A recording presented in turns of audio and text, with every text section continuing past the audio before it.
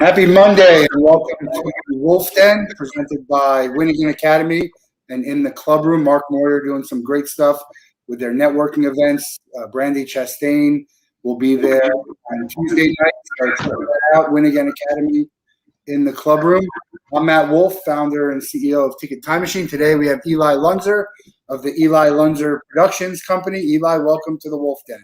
Thank you. Thank you. Happy Monday. Yeah. Great to have you here today. We're going to talk a lot about entertainment and events, but tell everybody who you are and what Eli Lunzer is.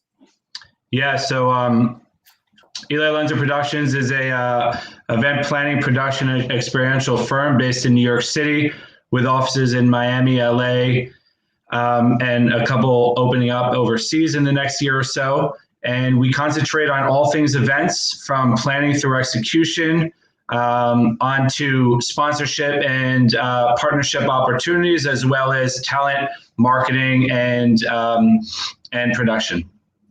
Very nice. Well, obviously the pandemic has changed everything, but you had a small event at the Super Bowl with David Ortiz. Tell everyone kind of what that was like, and how it would have been different if there were people just going everywhere to events. Yeah, I mean, Super Bowl, in a regular world pre-COVID, is really the mecca, and really a convention, if you will, for anyone who has anything to do with the sports industry, whether you're involved with teams, with leagues, with sponsorships, with athletes, talent, and everything in between. So, on an ordinary Super Bowl week, my company and firm would normally do 30 to 50 events in different capacities. This year for COVID, there were no NFL sanctioned events, which obviously was safety precautions, and there were a lot of planning logistics that came to that decision ultimately. But we were fortunate enough to get involved with one of the elite events that happens on a yearly basis for a couple of major players in the NFL and MLB in honor of their charities. And in honor of Super Bowl week. And, for our capacity, we help curate the celebrity gifting aspect of it. So when you have 1,000 people at Topgolf celebrating, Super Bowl week, celebrating champions and bringing in a great nonprofit charitable element to the weekend and an evening of fun, we want to, just create great atmospheres and environments, both for brands and give them an opportunity to get involved in festivities, and also, more importantly, get involved and showcase their products in front of the pro athletes and celebrities that are attending the event. So, we help secure both talent coming to events as well as the brands, and really act as matchmakers, if you will, from the infant stages to full-on relationships ultimately with the brands. So it was definitely a different atmosphere during Super Bowl week in Tampa as a whole, but from my perspective as well, being there for the week of and being involved in the few events that we were involved with and just walking the streets, it was really a win-win for the state, right, and the city of Tampa Bay, because of the fact that their hometown team was in it and then ultimately won the game. So it was pretty cool. I'm sorry, what was that? You go into the game? I went into the practice. I didn't go into the game. So we went a couple days before. Yeah, we had a small viewing party the day of the game. All right. Have you been to any events? Yeah, we've been to those events in the past. Absolutely. Again, in different capacities, whether it's planning an event for an individual athlete or for a brand itself, or it's partnering up with larger scaled events to help curate some of the sponsorship and partnership opportunities that they might be looking for. No, I mean, in the last year, what events have you gone into? The only other live events we've been going to and participating in are golf events that happen outdoors, really COVID friendly, and again outdoors. Both brands and participants feel safer, participating in those. So those have been actually growing, and that's kind of what we're looking at in terms of the larger scaled opportunities for the spring and summer, taking us through the fall. A series of different charitable golf events as well as celebrity focused golf series. And personally, do you go to a lot of events outside of where you work, or is that? Yeah, personally, I mean, I enjoy events. I live in New York City, so pre-COVID, I mean, we would have opportunities to go to multiple events per night. It's just part of the lifestyle over here, especially working in the event industry in the sports and entertainment sectors. And we miss it. There are no events going on right now over the last year or so in New York City. But we can't wait till it gets back. That's for sure. Yeah, everyone's guessing right now. What's your best guess when you'll see some of these bigger events? So the bigger events are actually starting to be planned already for May, June, July. Not in the New York area, but again, more in the Florida area, where the laws are a little bit less strict. You can have a lot more outdoor activities and activations. I think that, come next year's Super Bowl, I really think that that's going to be like the opening, to the reopening, if you will, to the event world. And we're hoping that that's the case. We're heavily invested in some major events and opportunities and activations, both for brands and for organizations to be involved in LA next year. And I hope it's going to come back. I hope sooner, but that's what we're anticipating. Yeah, I would have football and basketball games for the Gators. At Nashville for the SEC basketball tournament just recently. Reduced capacity, didn't feel unsafe at any of those.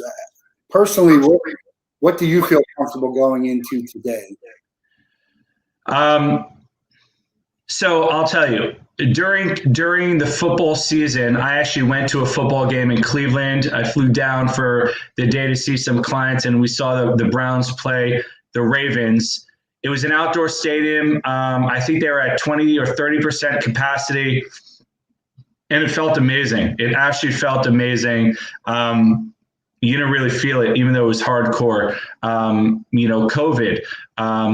I would say I also went to the first game that Madison Square Garden opened up to fans a couple weeks ago, 1,500 fans out of 19,000. It felt a little bit weird. I mean, I was super comfortable being there. It was very spread out. You had to bring a negative COVID test to enter the Garden. So they're very, very careful on that. But again, every day is different. The vaccine is coming out. More and more people are getting vaccinated. And I think that once, a majority of people are vaccinated, people will in general feel more comfortable. I would feel comfortable probably at 50% capacity indoors. That's probably what I would feel comfortable at. You just have to be safe and careful. That's really, my thoughts in going to an event. But any opportunity to go to a live sporting event or entertainment event is what I'm looking forward to. Yeah, I agree with you.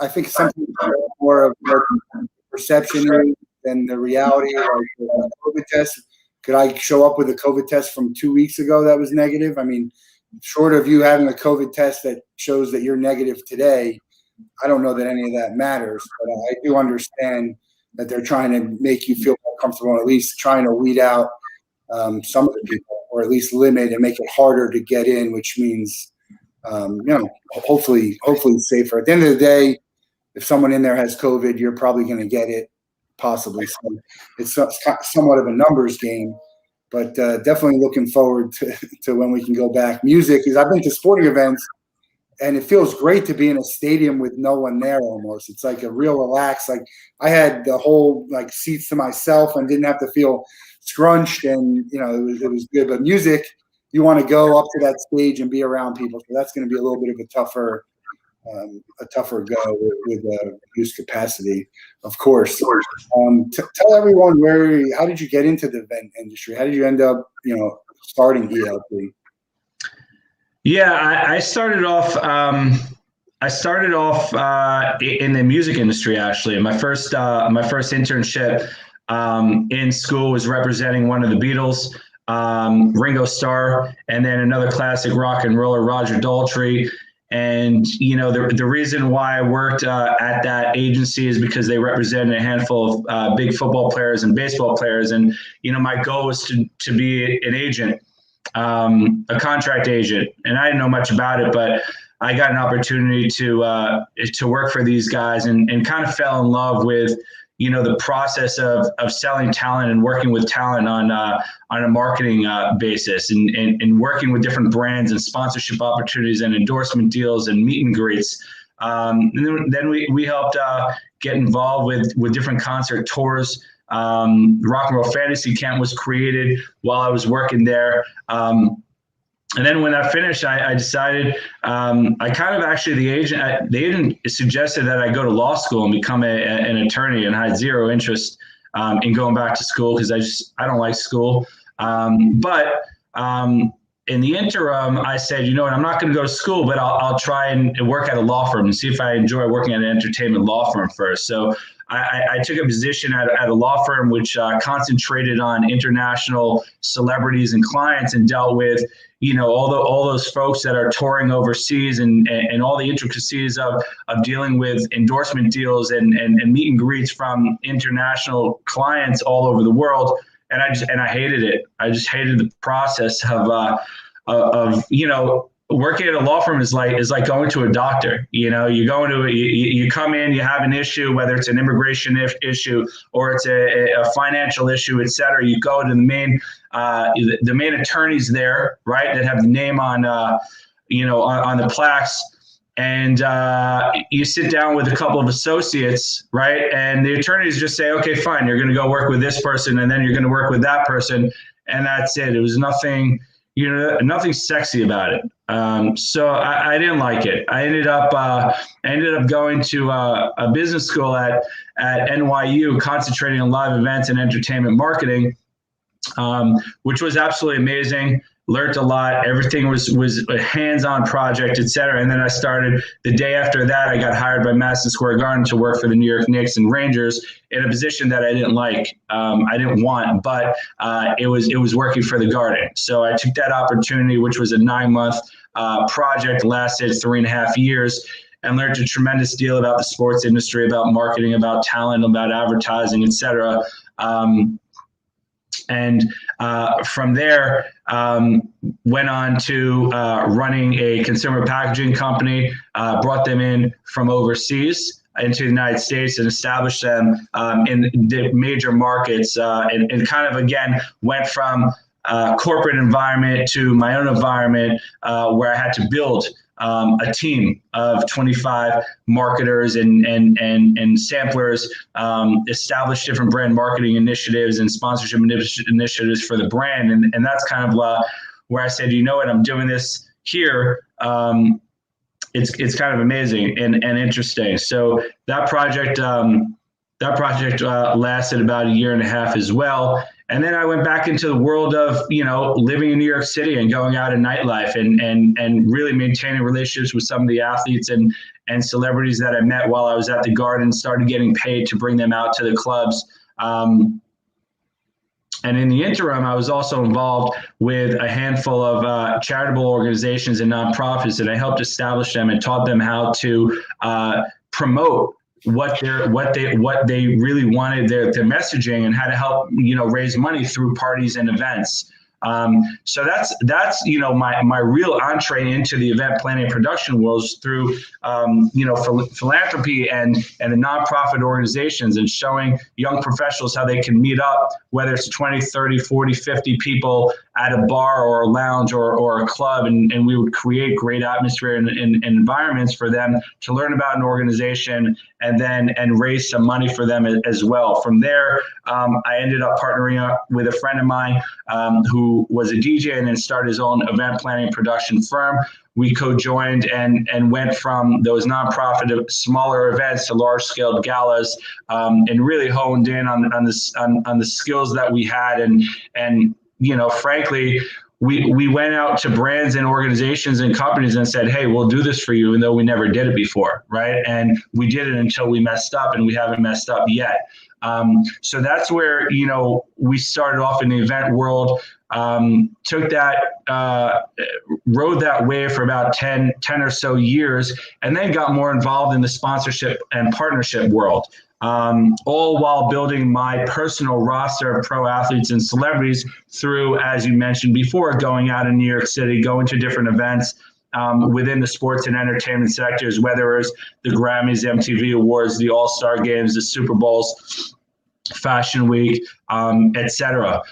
So, fast forward, what we concentrate on today is three main sectors. We have event planning and production, which is everything from concept through execution on an event side for your weddings, your bar mitzvahs, your charitable events, your galas, your conferences, and festivals. And then you have your brand marketing and development side, where we concentrate on helping brands gain access to different events that they might want to associate with a concentration in the sports and entertainment sectors, right? So again, for instance, what we mentioned before, events over at the Super Bowl, events at All-Star Weekend, events during Fashion Week, events during Coachella, Lollapalooza, Grammy Awards. It's access for brands and helping them get backstage at the Grammys or the Oscars. It's helping a brand get in the locker room at the Super Bowl, et cetera.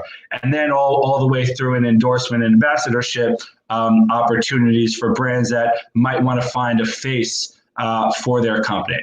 And that's, that's what we're concentrating on. I think during COVID, we've been doing a lot more virtual appearances with our roster of pro athletes. So, companies that are doing their monthly happy hours and they need some entertainment, want to do a Q&A with an NFL or NBA Hall of Famer, we'll set that up for them. Or a brand that can't do the traditional media and can't activate during live events, so they want to take that socially, and we'll help them gain some interest and set them up with an ambassador for a social media campaign. And that's primarily what we're concentrating on and growing, day to day. What percent are you guys sports and entertainment? Is it 50-50 sports and entertainment, or do you concentrate? Do you find yourself more on the sports side? I would say sports and entertainment versus your regular, traditional bank or insurance company or financial institution or university is probably now 75-25. It used to be 50-50, but yeah, sports and entertainment is a lot more focused now. And then within the sports and versus entertainment, I would say it's 50-50. Maybe a little bit higher on the sports aspect, because there's more sports going on than entertainment these days. And sports and entertainment are so intertwined as well. Yeah. I mean, today you have no sporting event that doesn't have a musical element to it, and then vice versa. So there's always, a way to incorporate the entertainment factor to what we're doing. Well, you mentioned Madison Square Garden. I have a twin brother who actually did an internship at Madison Square Garden the last semester of college and had a job offer but couldn't go. But it's just interesting, like, you never know what something's going to be until you're in it, right? You're at home, you didn't like it. You're at Madison Square Garden, which is a great company, a great venue, but you were doing something you didn't like, and maybe you don't see the path to that area that you do like. So it's, I think with college and sort of these programs like you did, I think it should be more specific so people can learn early on that this is maybe something that I want to do, and they don't have to go, 4, 5, 6 years of trying to chase something that they're not going to like anyway. I mean, I agree with that to a certain extent, but I disagree because, there's no path, right? There's no, if someone says, hey, what's my path? I let them know what my path is, but that was not laid out, right? I had to create my path.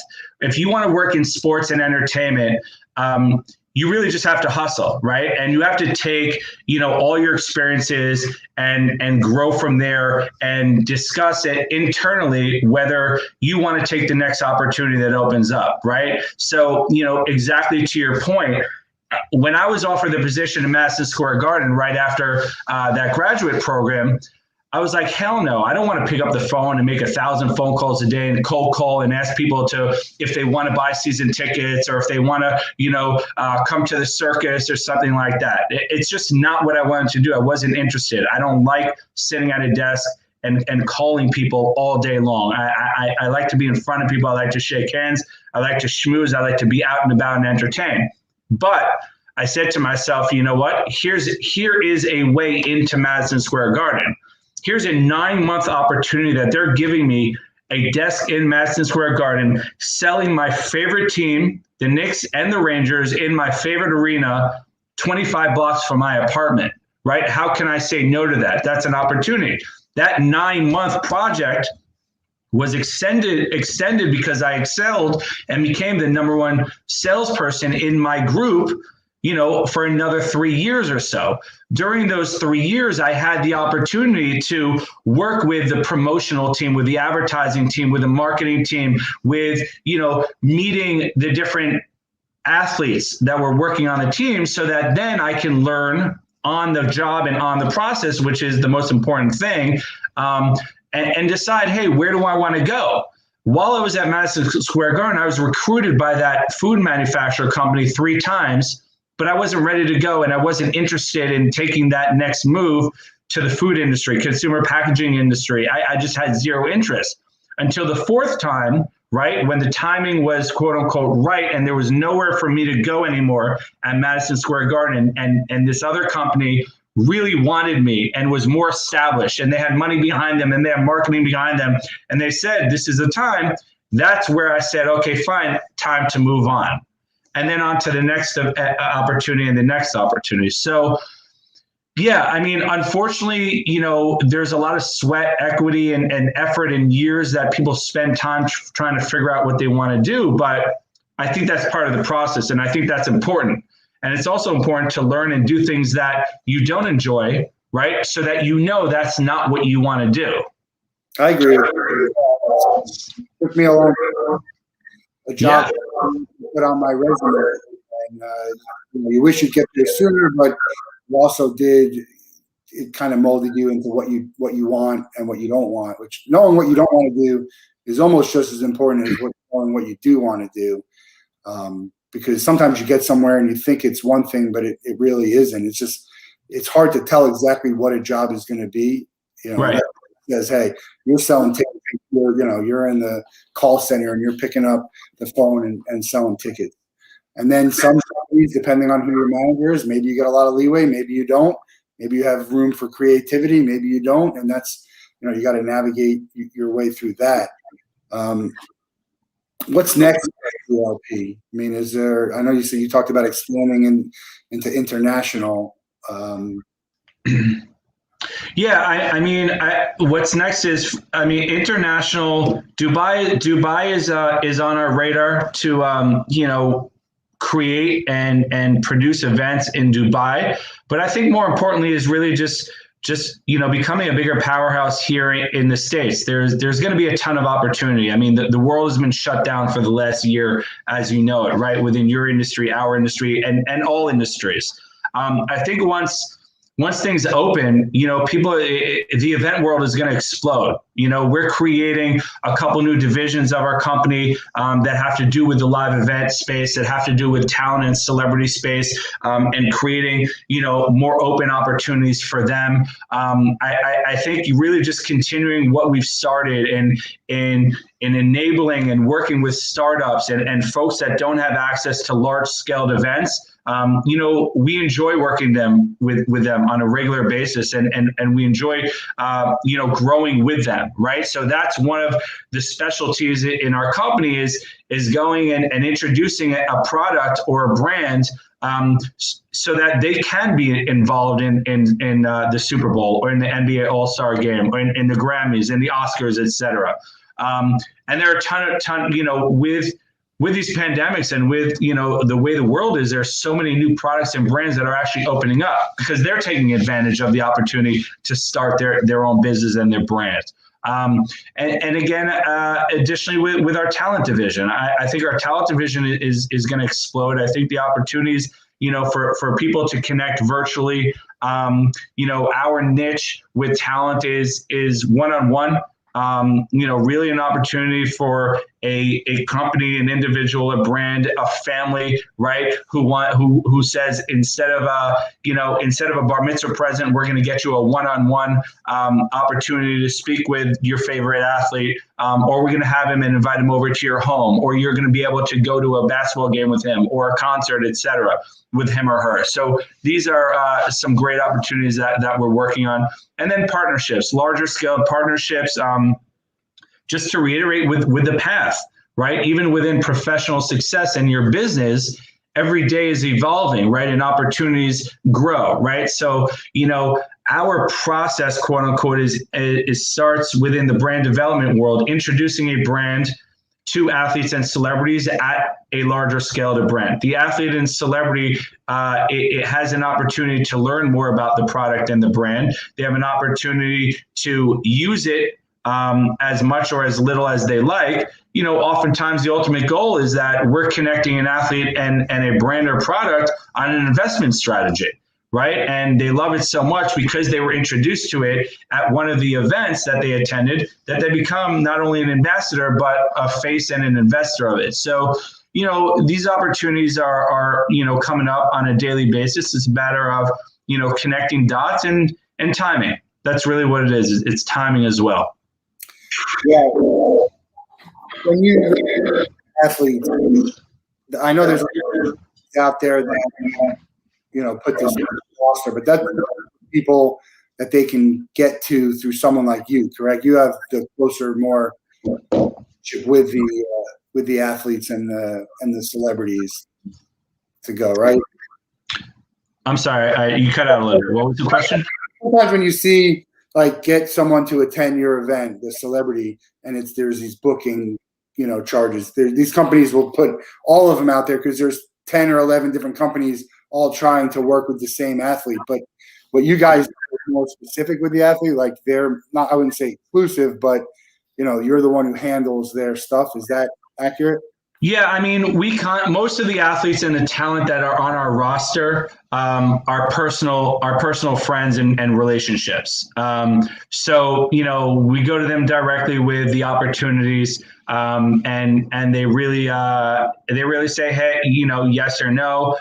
What's the advantage for them to do it? How much money are they going to make? Is it a good partnership, et cetera? I think what you're referring to is, the larger scaled names have a ton of people that are selling them. There are booking agencies out there that sell a variety of different people. We pretty much stay away from those. We enjoy, again, the personal relationship that we have with our athletes and with our talent, so that we can in turn pass that over to a client. Again, it's relationship based. It's also saves money, right? It's much cheaper if I'm going directly to an athlete than if somebody goes to a booking agent that then has to pay an athlete's manager, who has to pay an athlete's agent, who has to pay the athlete. So every opportunity is different, but that's usually the way we work, right? If there's someone that you can't go directly to, which is probably only a handful that I can think of the top of my head, that they won't answer the phone themselves, right? And you have to go through their agent or manager or booking agent, if you will, then we'll do it if they're the right person to connect with the client. But most of the folks that we have are direct contacts and relationships. And that's both on the booking side and the talent side, and connecting them with ambassadors and endorsement deals. Yeah. What events for the rest of the early next year? The Super Bowl is concrete yet, or you're kind of going to wait and see? Yeah, so we just wrapped up yesterday the Grammys. We're involved in the Grammy gift bags. So we had the opportunity to offer brands to be a part of the official gifting for the Grammys. Going forward, like I mentioned before, other than a handful of corporate and nonprofit virtual events, which our technology partner and production partner really takes care of soup to nuts, we have two major corporate get-togethers and conferences. Again, those are both going to be held in Florida. It's about 300 to 400 people or so that are going to get together for their annual business conference, and obviously a lot more outdoor opportunities and activations and get-togethers over there. And then sports-wise, it's a bunch of golf outings. So we have a series of celebrity golf outings, different team reunion golf outings, a handful of pro athletes that are doing outings for their charitable organizations. And these are nationwide in different markets. So, in the next 6 months, we'll have events in Miami, Atlanta, LA, Boston, the Hamptons, New Jersey, and then a couple other states as well. Great opportunities for brands to get in front of these athletes and celebrities outdoors, on a course, in a great atmosphere. I had this, had a lot of conversations like this and asking people, who do you recommend here or there? Are there any athletes that just say, hey, I like this thing, I'm not afraid to tell you I like it? Or does it always have to be, I'm only going to tell you I like this if you pay me to tell you? I know that's a tough question to answer in the world you're in, but yeah, I mean, it's definitely a tough question to answer. I think, it also varies by market, and it varies by, I would say, retired guys, and we deal with a lot of them, a lot of the retired folks in the NBA and NFL, a lot of legends. There are guys that, are really inclined to do a lot of great work, for good causes. But yeah, the retired guys are a little bit easier than the current guys, just because, again, maybe they're not making as much money on a consistent basis. They're also not in season, right? And on a schedule the way someone who's currently playing is. One of my favorite guys is NFL Hall of Famer Andre Reed. He's a great guy. I'll throw that out there. Saquon Barkley is a guy on the Giants. When he's available, he's a great guy to work with. Carl Banks is another great guy. John Starks. Obviously I'm based in New York, so we have a lot of New York bookings, but it just depends on who it is and what the opportunity is. Yeah. I grew up in central Jersey, so very familiar with, Jets and Giants, Knicks. We were lucky enough to win a lottery for Knicks playoffs in Madison Square Garden, and we were all the way upstairs, but there's not a bad seat in the house. No, especially now with the new renovation. I mean, you go to the Chase Bridges, and, obviously they're basically up on the rafters, but it's a very, very cool way to watch a game because you're basically on top of the ice and on top of the court, which is just a very different aspect. I mean, getting back to, we were talking about the arenas and stadiums opening up. When I was at the Knicks game, we walked around and, there were suites that were empty, wide open. So, we could sit in a suite by ourselves, or we can sit in seats by ourselves, et cetera. But in the regular seats, the Garden actually did a very good job. They roped off, sections of seats so that you couldn't even sit there if you wanted to. And the social distancing was pretty well. What iconic I mean, the Madison Square Garden's about as iconic a venue as it gets. Do you have another one you've been to, and maybe another one that's a bucket list for venues and sports? Or I mean, there's nothing that beats the Garden. There's just absolutely nothing. It feels like home when I'm there. I proposed to my wife on the Garden floor in front of a sold out crowd. So it's really the Mecca. I would say Chicago Stadium is up there. You know, I grew up going to, I've, you know, family in Chicago. So when I was a kid, I would, you know, grow up going to the Bulls Blazers series and Chicago Blackhawks games, et cetera. So I think, you know, anything in Chicago, even, you know, the Cubs field, Wrigley Field is amazing and nostalgic.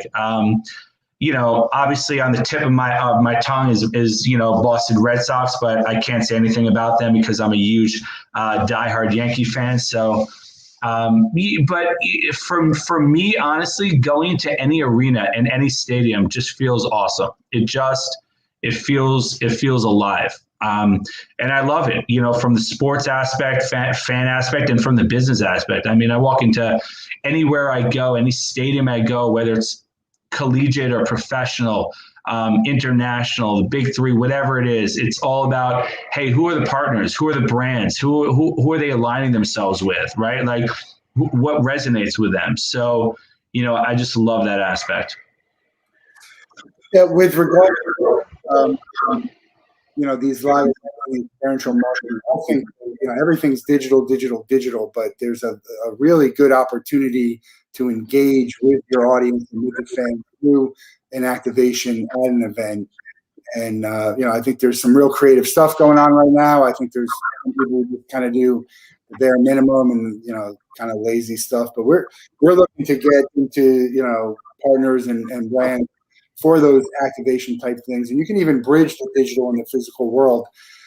Physical is not going away anytime soon. Do you find a lot more people wanting to have that in-person activation as opposed to a digital, or what's going you get? Yeah, I think digital's not going away. I definitely think digital, virtual events, they're not going away. They're growing. You know, COVID obviously helped a lot of that market share, and the fact that, you know, some companies and some brands only need digital and don't need, you know, all the extras, but people are itching for live. They're just itching the human interaction, the experience, the activations. You know, from a brand perspective, it's very different if you're doing a digital campaign than, you know, if a yogurt company is on site at a music festival and handing out the yogurt that people can touch and feel and taste on the spot. They really are, you know, itching for it. And, you know, as I mentioned before, I think once the event world gets back into place, it's just going to be bigger than ever. That's you know, that's my thought. That's my hope. And the opportunity, right, is just going to be there for everyone. Yeah. An event that you had missed or that got canceled in the last year that really was like, I know you go to a I do also, but is there one that stands out that you were really upset about? I mean, the Big East tournament, not the Big East, the NCAA tournament. You know, that was the first one in March. You know, we got back from All-Star and then Combine in the same week and a half or so, and, you know, headed to the tournament with a couple of new brands and some great excitement and opportunity for us to activate over there. And that was a big one that really took the blow. So I would say that. I would say the SB Awards is one of our biggest event and opportunities of the year for the last 10 years or so. So that's huge. All-Star, you know, this year is pretty big. They did a last minute switcheroo in terms of, you know, what they were doing, where they were holding it, et cetera. So those are some main events that we missed. We missed real hard. Did you follow Selection Sunday yesterday? I'm sorry, what was that? You follow Selection Sunday yesterday for the tournament? You know what? A little bit, not as much, not as much. I mean, huge upsets this year. Kentucky and Duke not making it. Proud of our guy Patrick Ewing, right, for winning the Big East and getting in there. So that was pretty cool. But this year's tournament also feels a little bit weird. It just feels weird. It doesn't feel like it's the same excitement. And hopefully it'll change. Definitely. I'm excited for it, but now they have the first four on Thursday and then Friday, Saturday, which is, I'm all about Thursday, Friday for the opening. And I'm still looking to it. I'm excited. My Gators are in it. Hopefully they'll make a run here. But is there anything crazier than that Patrick Ewing story of not getting It's not, it's just not shocking. It's not shocking to me. It's just not shocking. It's just, you're at a basketball event, you see someone who, like Patrick, there's not a lot of 7'2" guys walking around trying to do this. It was crazy to me. Yeah. We had, but we've been to downstairs and, where people don't check barely at all. It been in the back shore of the Marlins Park and maybe even MSG a little bit also. It's interesting. Like they either don't check at all or they check like, their life depended on it. Exactly. It's, it's one of those thrills also that when you're in the industry, if you look like you belong somewhere, they're going to let you there. They'll look the other way or they won't bother you. But, if you're hesitant and not exactly what you say, they'll either check everything or not, and not even knowing who you are. You can be the GM of the team, right? Or you can be the VP of the entire venue. If someone's new, it should be part of the protocols, right? They should, be able to study who's who, right? And even if it's something like the Georgetown Big East game, right? They should be prepped. Hey, here are the guys that are coming in. Here are the players. Here are the coaches. Here are the VIPs. Here are the guys that are alumni. And no real questions asked. But on the other hand, there's protocol, right? And you can't really make, favorites, right? And all that, because if you start with one person, you have to do it with everyone. So, I think it works both ways. It really works both ways. I agree with that. You're telling me that someone didn't recognize Theo Epstein, I'll be like, okay. And you don't recognize Ewing a little bit. So, but all is well. They won the tournament. They'll get their shot. They'll get this week. Me, nothing like the NCAA tournament. I don't know that I get excited for any other sporting event more than that. I was lucky enough to go to the College World Series, which in person is a must do. It's a bucket list. Do you have any bucket list events you haven't been to? Yeah, so hopefully I'm going to cross off the Masters this year as a bucket list. That was another one that was canceled last year in terms of activations and all, and being and schedule wise. But I'm going to cross that off, and then the other bucket list is a NASCAR race, a major NASCAR race like the Indy 500. Yeah, those are definitely. I think the Masters are having some fans this year. Yeah, they are. They're having a couple of fans, and we're working on some activation opportunities for sponsors and talent. Great. Looking forward to that. I mean, the Masters was when was the Masters? It was just played, right? Didn't they September, October? Yeah, something like that. Yeah, it should be interesting. I know there was an exciting golf tournament this past weekend. Do you golf at all? I do. I golf for fun. I definitely golf recreationally and for fun, and that's what's also nice that COVID has become just made the golf industry explode socially. It's not as serious as it used to be, and people are just going out there to have fun and socialize. It's entertainment. That's really what we see it as. How'd you do it for the event, the Super Bowl event? Did you hit the back netting? I'll be honest with you, I didn't even have time to hit one golf ball at that Top Golf event. Yeah. Great socially, and it's a fun, for the casual golfer or the non-golfer, you can just go. I know. I last time I was in New York City, my mom and I were going home before dinner, and we stopped at Chelsea Piers and just started, hitting some golf balls off the pier. So Yeah, the automatic tees. You don't have to bend down and put the ball on the tee. It's great. yeah, that was true. Do you have we always ask this question of the Mount Rushmore of, I guess for you, let's say the Mount Rushmore of events, the four biggest events for you is obviously, it sounds like Super Bowl is one, but what else is on there? Well, so I think it's Super Bowl week, right? It's ESPY's week, NBA All-Star. And then there's always, every year there's one major like charity gala. That's always, a huge charity gala and really fun opportunity to work on and plan and produce all aspects of it, right? From the planning all the way through execution to bringing in sponsors and brand partners, as well as talent to walk the red carpet, to give a speech or accept an award. So I think those might be probably the four ones, and we're always looking for new ones to add to the list. Of course. Is there an event that you went to, that you were involved in, that you thought at the beginning like it wasn't going to be for you, and it really surprised you that how much you enjoyed it? Like, let's say if you're not a country music fan and you went to a country festival, something like that. I mean, yeah, you hit the nail on. The truth is, I am a fan of any live event.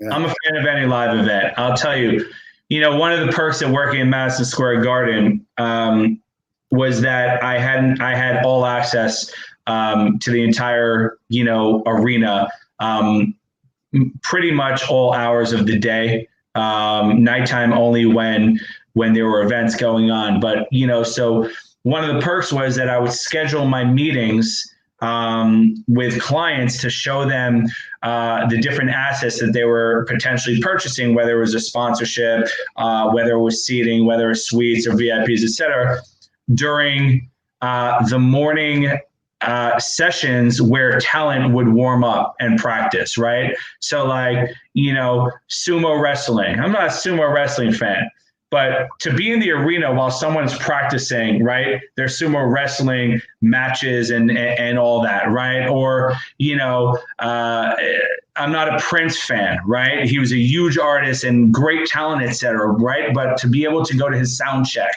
or Madonna sound check, or, any of these other creative shows, right, and experiences back in the day, was nice, right? And I took advantage of that because I could.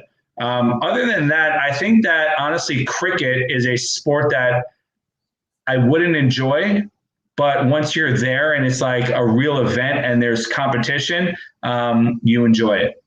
Yeah, no, polo down here in Palm Beach County. I'd love to get there. Yeah, polo is amazing. Polo is absolutely an amazing sport.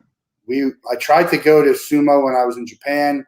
Tried to see if there was any cricket when we were in. Where were we? I don't remember, but we drove past the cricket. It might have been on our honeymoon, actually. I don't remember. Okay. Yeah, some other, some outside the box kind of sporting events that I think would be really cool to go to: rugby and Australian rules football, all that. I'd love to go. I'm hoping maybe Ticket Time Machine will take me there, because all those events are worth commemorating. So hopefully we'll keep our fingers crossed and get there eventually, someday. Someday.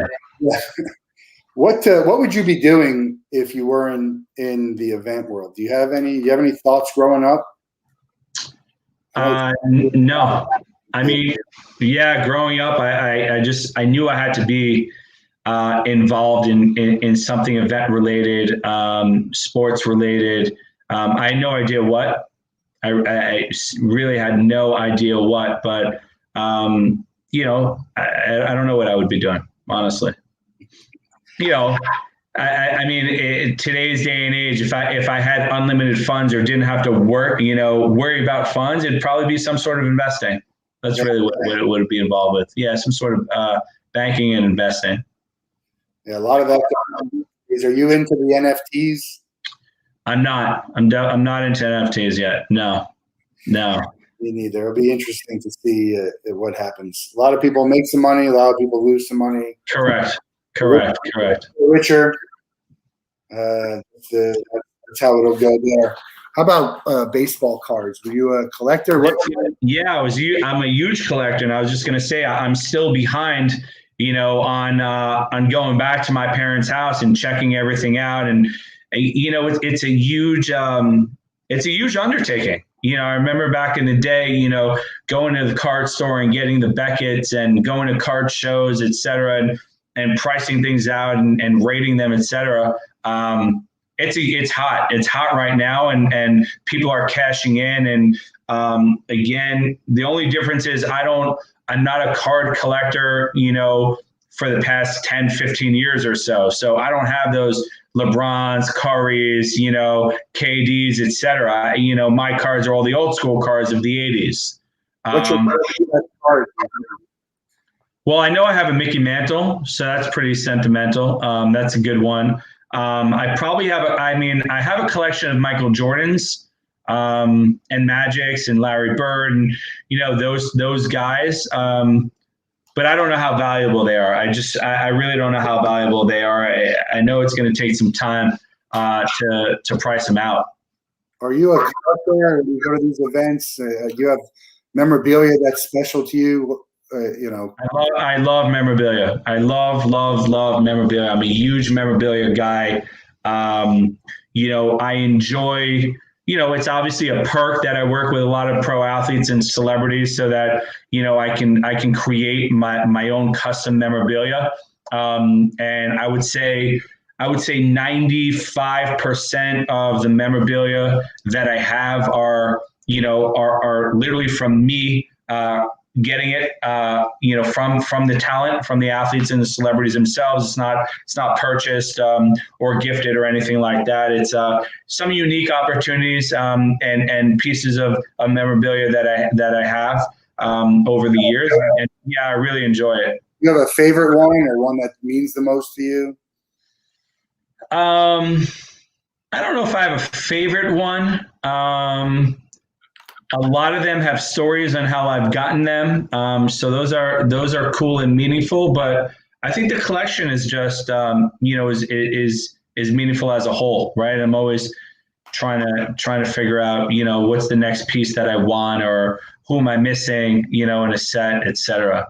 But I would say memorabilia, yeah, autographs are great. But also, coming down to your industry, I have a collection of tickets probably since I was a kid. I a handful of projects that I did, when I had a little bit of time in college. I used to put together collages of my tickets and I framed them. So I probably had I have two different sizes, I remember, of maybe 150 and some great old school tickets, Yankees, Knicks, playoffs, my first MTV awards that I went to, and you see the ticket smudges on them and how old they're aging versus the new ones. But I got a new piece of memorabilia right here that I want to show you.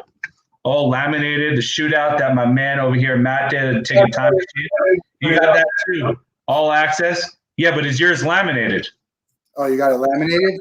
I got it laminated. I just got to get a hole in there and make it the real credential.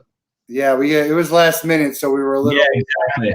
We were a little thin on there. We definitely have some thicker stuff like this. But that's a great one. But again, also, that's another collection that I have are my credentials. It's nice and nostalgic. I'm trying to figure out, what to do with the collection, whether to frame them as well or just keep them as is. But that's a whole other story, the power of the credential. And I've been thinking about writing a TV series on that as well. So we can talk about that. Yeah. I'd love to. Now that COVID has changed the way live events really are produced and managed, and the security aspect of it, I might be able to reveal secrets on the power of the credential. Yeah, I think it's like the Wayne's World, right? The Wayne's World where they're going. Yeah. Maybe And they those guys made a comeback. You see the commercials that they're in? yeah. Those guys made a nice comeback, old school. I like the Super Bowl commercial they did. It was pretty good to see. They the backstage is sometimes it's great backstage and some VIPs, and then sometimes you just get real disappointed because not everyone who you meet is who you thought they would be. Maybe they're Exactly. not. So I'm sure there's people, and I won't make you name any of them, but people that you met that you were all excited to meet, and then you're like, man, that person, that was not a great experience for me. I have that. There's a band, and I won't name them, but I communicate with them, and now I won't listen. Their song come on the radio, I'll turn it off.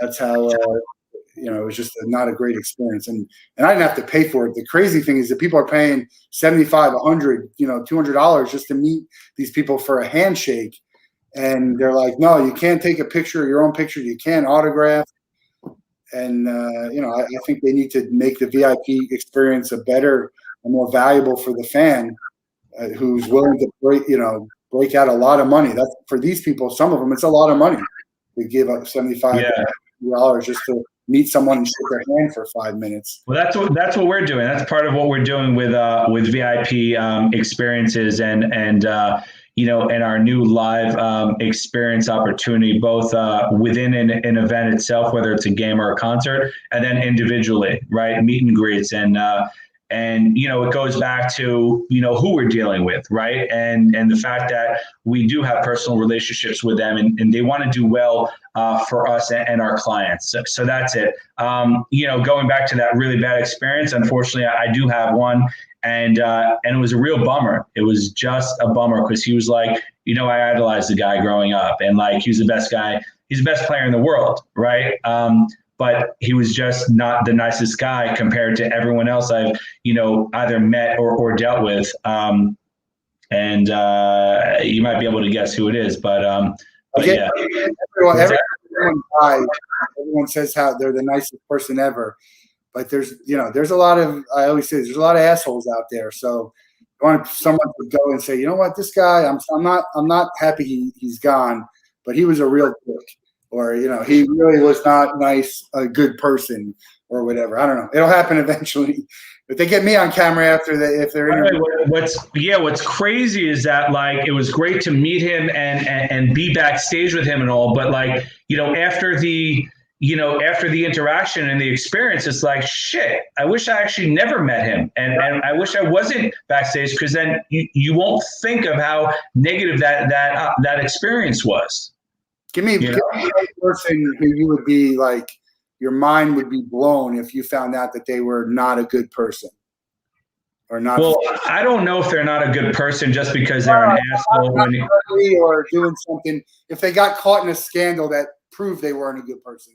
I'll be honest with you. I won't be surprised about anyone. I just won't be surprised. I'm not surprised. I'm not. I usually don't get surprised anymore. I think Tebow, for me, being a big Gator fan, it would really shock me if he wasn't who he is, because I've met him a few times. But most things do not shock me anymore. Right. I wish it wouldn't. But like when I hear this negative news about people, unfortunately, I'm not shocked. Yeah. I'm not shocked. It's weird. I don't know. Oh, it's disappointing for sure. Definitely disappointing, but not shocking. Oh. All right, we'll let you out on this. The same question we ask everyone. I'm not sure if you watched the ends of these before, but you're going to pick one person. They have to be alive. You can't be related to them. Who would you like to spend 24 hours with, and what are you guys going to do? I asked this because I'm going to make it happen for one of my guests here. 24 hours? Yeah, anyone. They don't have to be a celebrity, but you can't be related to them, and they have to be alive. Gary Vaynerchuk. Gary V. That's an interesting show. What would you do with Gary V? Just we have so much in common. We see each other a handful of times. He the reason why I chose him is because he thinks that his time is very valuable, right? And he pitches it and he promotes it, and he promotes the fact that your time is all you have, right? Your time is your currency. I love that. I definitely love that, and I need help working on that because time management is something that you can always get better and better and better. And I think 24 hours with him might help me perfect it. My friends are gonna laugh at that. I'll tell you why off camera. Okay. Your time management, though, it's. Well, you got me off the top of my head, so I think a lot of people would like to meet Gary Vee. So. No, not meet him. No, I don't need to meet him. I've met him. Yeah, with him. 24 hours with him. Right, that's what I meant. Yeah, a lot of people would like that. So it's on the list. I'm working on it already. I'm ahead of the game with this. Good. This one, so we'll see. By the way, that's why I did something reasonable. Yeah, something manageable, reasonable, because we've had some good. I'm going to make it happen. Ticket Time Machine is going to be big enough that it's going to happen. So I'm looking forward to that day, and really appreciate you coming on. It's been a pleasure getting to thank you know you, and hope to work with you a lot more down the road. And check out Eli Lunzer Productions.com. Check him out on Instagram. Anything else you want to tell everyone, or how people can get in touch with you or help you? Yeah, I mean, I'd love to connect with whoever's out there, and if anyone has any questions, any opportunities, any suggestions on anything, I'm always around to help. Easy to get in touch with me via Instagram. My website, my email is just Eli@EliLunzerProductions.com. Super easy, and hopefully we'll all see each other soon at a great live event. Yeah, that would be great. I forgot to mention another Learning LinkedIn session at 3 p.m. today, and Jill Haber is my co-host there. Yeah, she's great. Jill says hi to you, but we're at 3 p.m. in another hour. We're going to get some candidates that are to come on, and we're going to highlight them and try and get everyone back to work. So there it is. We had some great guests this week on the Wolff Den. Again, Eli, appreciate you coming on today, and we'll talk to everyone soon. Awesome. Thank you. Have a great day.